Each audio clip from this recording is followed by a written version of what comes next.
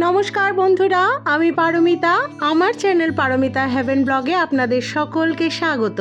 আশা করি আপনারা আজকের ব্লগটি যে যেখান থেকেই দেখছেন সবাই ঈশ্বরের কৃপায় ভালো আছেন।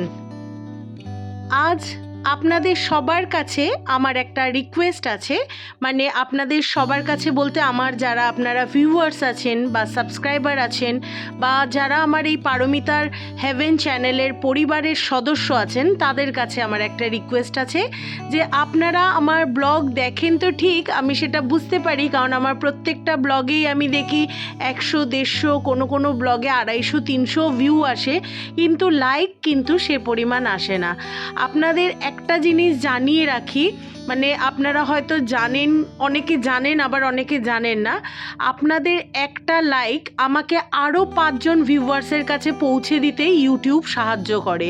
আপনারা যদি একটা লাইক করেন আমি আরও 5-10 জন ভিউয়ার্স পাই।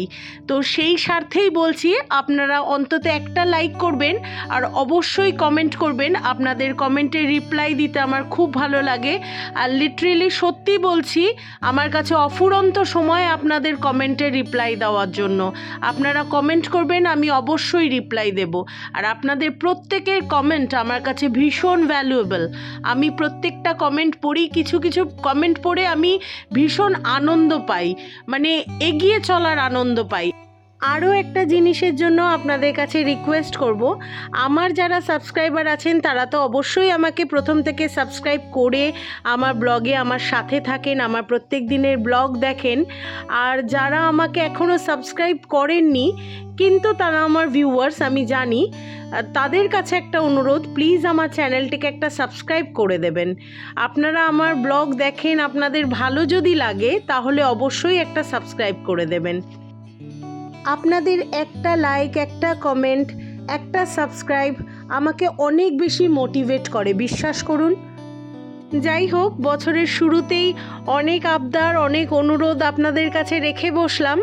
আপনারা কতটা মেনে নেবেন আমি জানি না, তবে আশা রাখবো আপনারা আমাকে অনেক ভালোবাসেন, আপনারা আমার এই অনুরোধটুকু রাখবেন।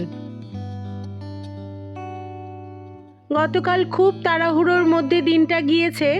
দুপুরে লাঞ্চ করার পর একটু ফ্রুট কেটে সবাইকে দিয়ে আমিও খাওয়া দাওয়া করে একটু বিশ্রাম করেছি, তারপরেই জুটে গিয়েছি কড়াইশুঁটির পুরি বানাতে। কারণ আমার ছেলে পুরী বেরিয়ে যাবে আর কি, রাত্রে 7:20 ট্রেন, আর রাত্রে ডিনারটাও নিয়ে যাবে। এবার ওরা যাবে 8-10 জন বন্ধু, তাই ও বলল মিমি সবার জন্যেই একটা একটা করে তুমি বানিয়ে দাও। তো এই করে 10টার মতো আমাকে পুরি বানাতে হয়েছে, কড়াইশুঁটির পুরি। এর সাথে তরকারি বানানোর বা সবজি বানানোর মতো আমি সময় পাইনি। আমি বেশ কিছুটা গাজরের হালুয়াও আমি প্যাক করে দিয়েছিলাম। তো একে একে কড়াইশুঁটির পুরি সবই ভেজে নিয়েছি। কড়াইশুঁটির পুরিটা আমি যেভাবে করি আপনাদের একটু মুখে মুখে বলে দিই। আমি প্রেসার কুকারের মধ্যে একটু সাদা জিরে, শুকনো লঙ্কা ফোড়ন দিয়ে তেলের মধ্যে কড়াইশুঁটি আর অল্প আলু, কড়াইশুঁটির পরিমাণটা বেশি, আলুটা একটু কম, আলুটা জাস্ট দিয়ে একটু বাইন্ড হওয়ার জন্য তার মধ্যে আন্দাজে নুন, সামান্য জল দিয়ে আমি প্রেসার কুকারের ঢাকনাটা আটকে দিই। ভালো করে সেদ্ধ হয়ে গেলে একটু ঠান্ডা করে পটেটো স্ম্যাশার দিয়ে ওটা ভালো করে স্ম্যাশ করে নিই। তারপর যে স্টাফিংটা তৈরি হয় আটা ময়দা মিলিয়ে মেখে তার মাঝখানে পুর ভরে ওই স্টাফিংটা ভরে তারপর এরকম ছোট ছোট পরোটার মতো বানিয়ে দিই।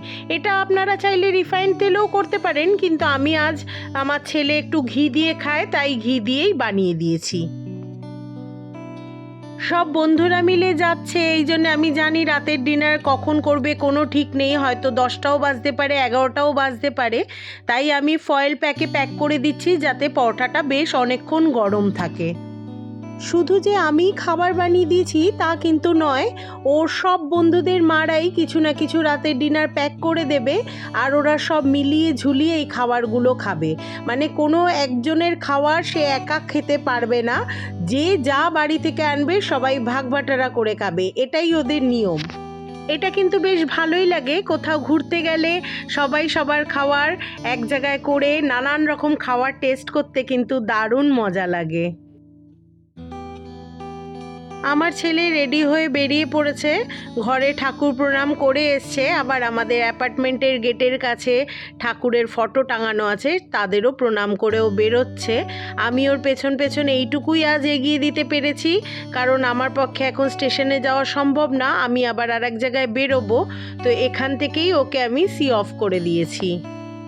এই পুরীতে যাওয়া নিয়ে 2-4 দিন আগে পর্যন্ত ওর ওপর আমি যথেষ্ট রাগারাগি করেছি, কারণ 1 বছরও হয়নি আমরা পুরী ঘুরে এসেছি, কিন্তু তারপর ভাবলাম না, যখন মন স্থির করেছে তখন ও ঘুরেই আসুক, আর ভগবান জগন্নাথ দেব হয়তো ওকে ডেকেছেন, তাই আমি আর কিছু বলিনি, বাধা দিইনি।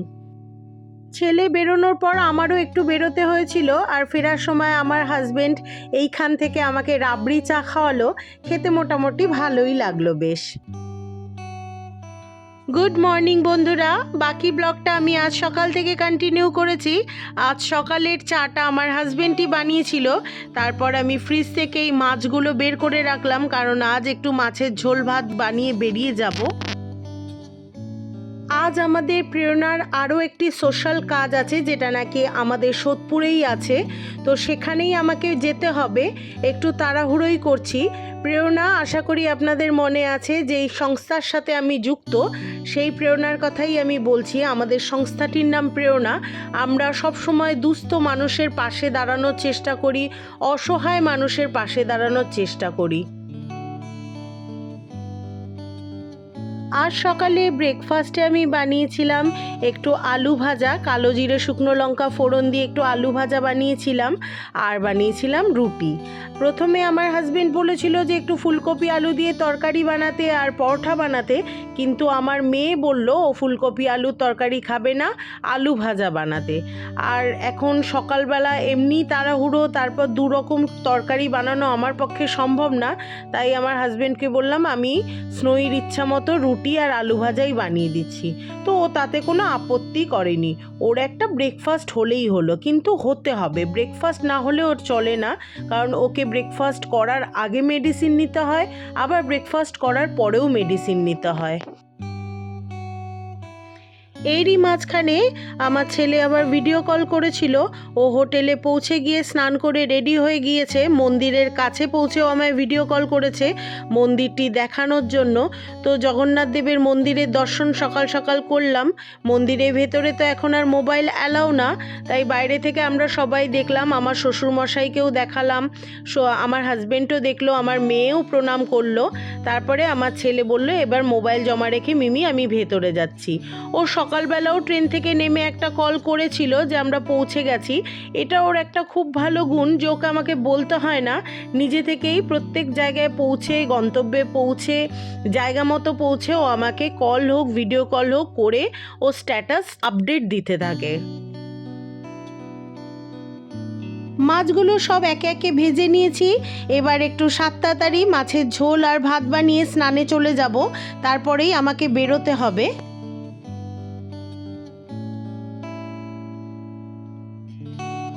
আজকের ব্লগটি আমি এখানেই শেষ করলাম।